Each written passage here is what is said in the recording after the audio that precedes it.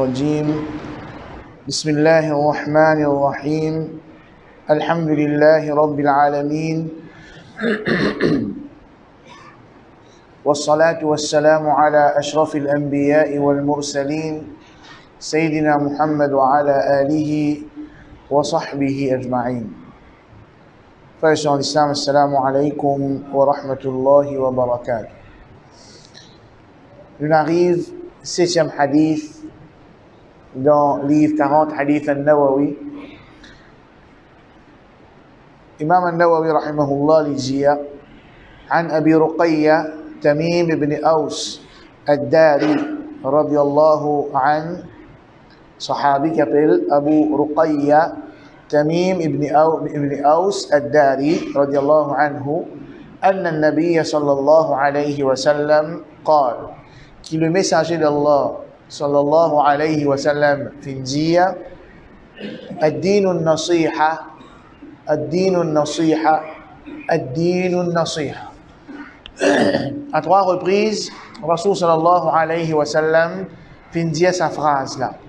Ad-dinu an-nasiha. Comme si dirait il peut dire, din islam en entier c'est nasiha. Qui veut dire nasiha? An-nasiha li traduit par la sincérité. An-nasiha li traduit par la sincérité.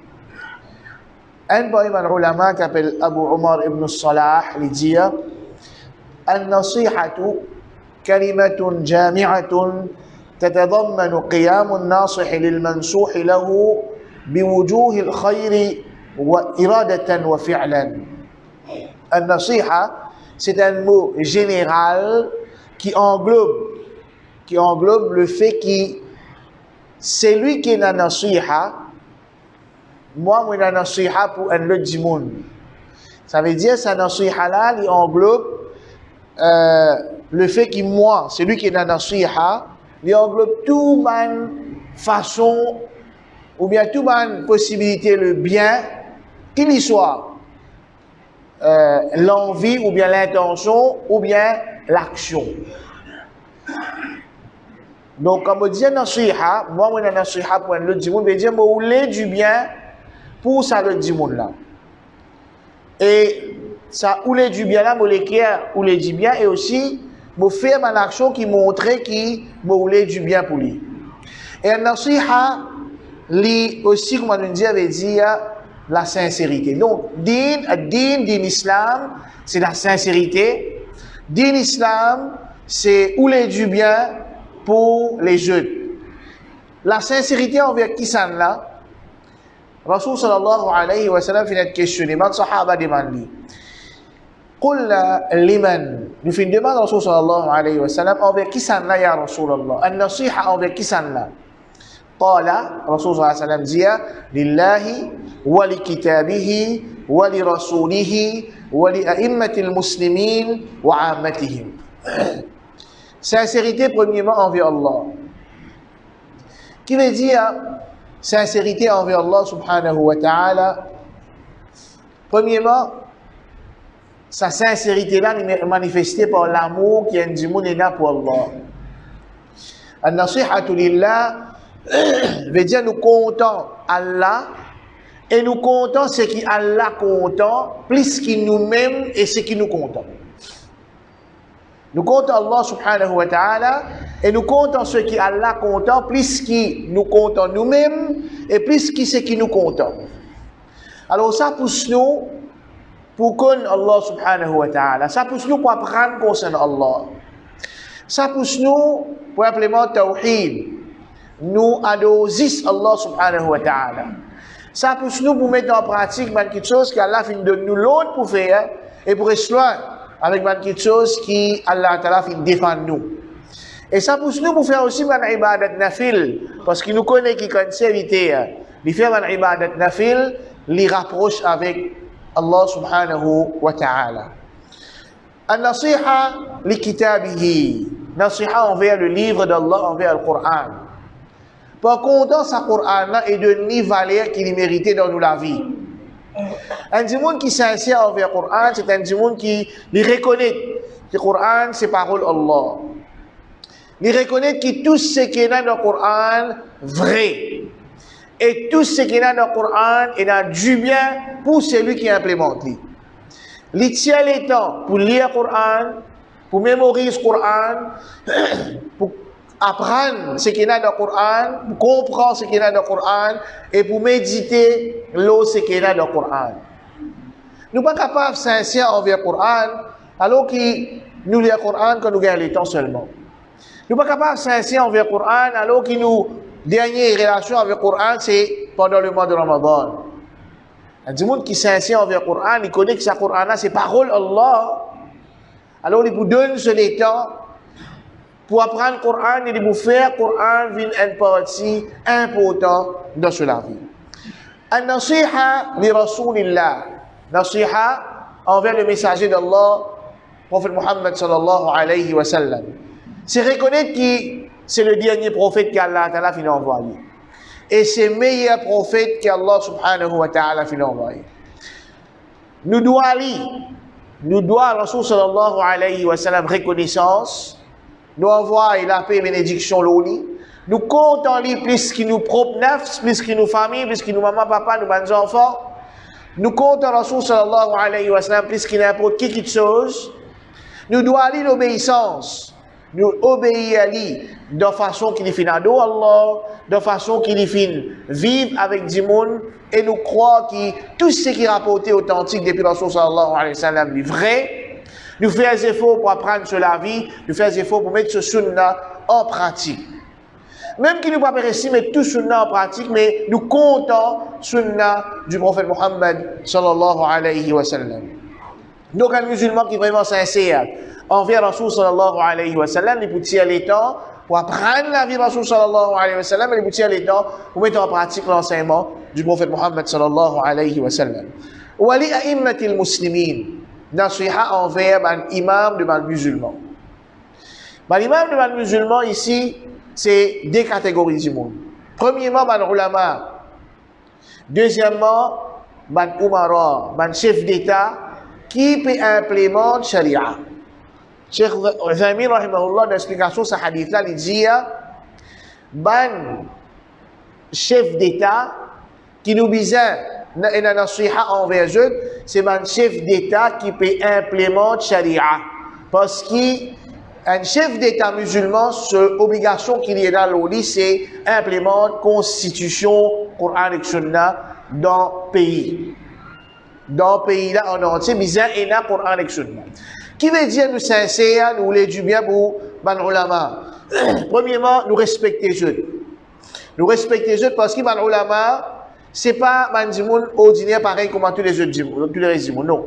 Je fais des efforts, je dépense de l'état, je dépense de l'énergie, et là même qui dépense de l'argent pour apprendre concernant Allah subhanahu wa ta'ala.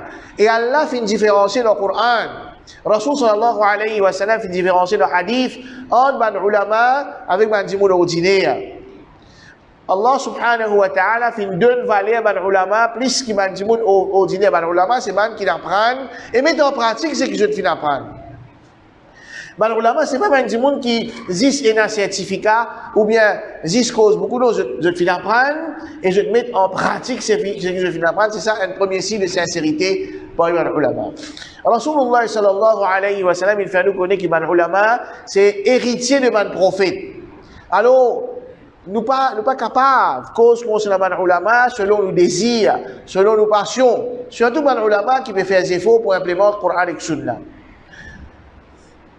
Un alim et un humain, il est capable de faire erreur. Avant qu'il nous cause concernant lui, avant qu'il nous tire au lit, avant qu'il, en guillemets, nous refite lui, premièrement, nous besoin connaître si pas vraiment mais un erreur ça ou bien non. Ce qui nous peut croire c'est un erreur. Là, nous besoin connaître si pas vraiment un erreur ça ou bien non. Ensuite, nous approchons lui. Peut-être lui, il peut guetter ça quelque chose là dans notre langue. Peut-être qu'il peut trouver quelque chose qui nous ne pas trouver. Ensuite, si l'opinion pas convaincre nous reconnaître que Rasulullah sallallahu alayhi wa sallam vient dire que quand un alim fait ijtihad, qu'un hakim fait ijtihad, et il trouve la vérité, il gagne des récompenses, mais s'il fait des efforts, mais il n'a pas réussi à la vérité, il gagne une récompense et non pas un péché. nous capables de réfuter l'opinion, nous corrige l'opinion, nous fait bayan, nous explique ce qui nous trouverait, sans qu'il pour autant nous attaque la personnalité. Deuxièmement, sincère envers un chef d'État musulman, qui peut implémenter Sharia. Nous obéissons à eux parce qu'Allah Ta'ala fin de nous l'autre pour obéir à eux dans l'obéissance à Allah. La ta'ata li makhlouqin fi ma'siyatil khaliq. Peine à l'obéissance à une créature dans la désobéissance créateur. Nous obéissons à eux dans l'obéissance à Allah et sur Rasul sallallahu alayhi wa sallam, il faut partir dans l'islam.